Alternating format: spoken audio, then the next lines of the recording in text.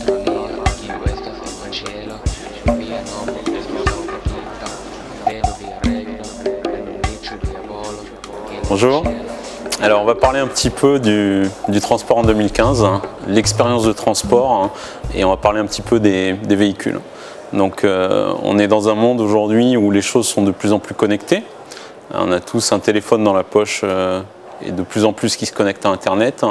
Et bien, les véhicules vont se connecter à Internet grâce au réseau haut débit mobile, ce qu'on appelle la 4G ou le LTE.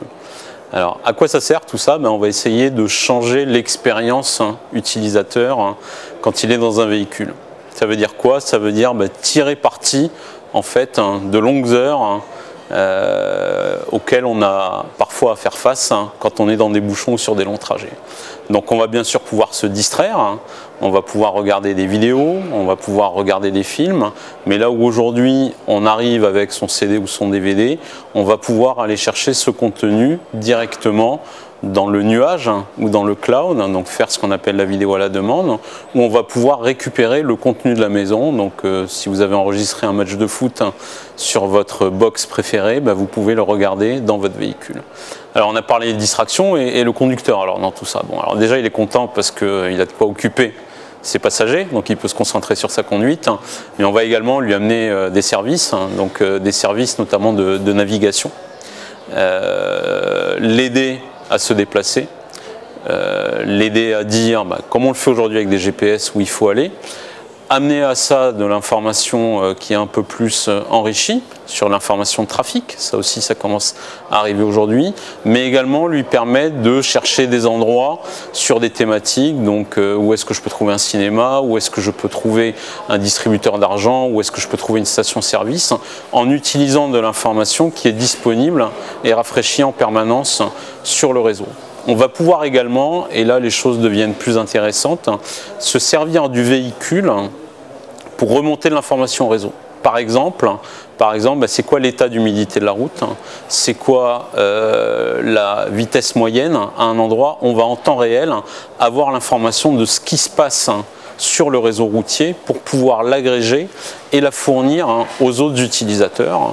Donc plutôt que de vous dire de passer par un endroit, par un itinéraire pour aller à un endroit donné, on va vous guider en fonction de ce qui se passe en termes de trafic, mais également en termes de conditions météo et bien sûr d'accidents. Alors si on parle d'accident, on parle de sécurité.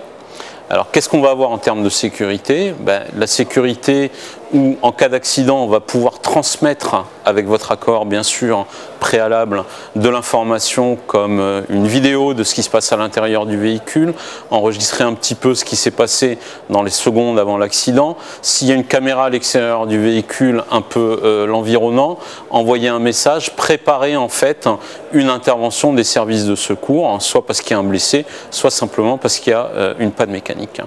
Quelque chose d'également très intéressant qu'on va pouvoir faire avec ce nouveau mobile qui est le véhicule, c'est remonter de l'information sur l'état du véhicule au constructeur pour vous aider à faire de la maintenance préventive. Par exemple, plutôt que de vous dire la veille de votre départ que vous devez changer vos plaquettes de frein, plutôt que de vous dire au moment où vous rentrez sur l'autoroute que vos pneus sont mal gonflés ou que vous avez un problème d'amortisseur, on va utiliser ça de manière préventive, on va superviser le véhicule et on va vous inciter à aller faire une opération de maintenance, éventuellement en vous disant écoutez, vous êtes dans ce coin, il y a tel concessionnaire qui a telle pièce de rechange, allez-y, changez-la, on va vous prêter un véhicule et on vous invite à aller dans ce restaurant qui est juste à côté parce qu'on sait que vous aimez bien ce type de restaurant. Donc tout ce qui est un peu vu comme de la science-fiction pour certains, c'est quelque chose qu'on va pouvoir faire à l'horizon 2015. Pourquoi? Parce que l'électronique dans les véhicules est là et on va avoir la possibilité de rendre les véhicules beaucoup plus communicants grâce à ces réseaux qui sont hyper connectés.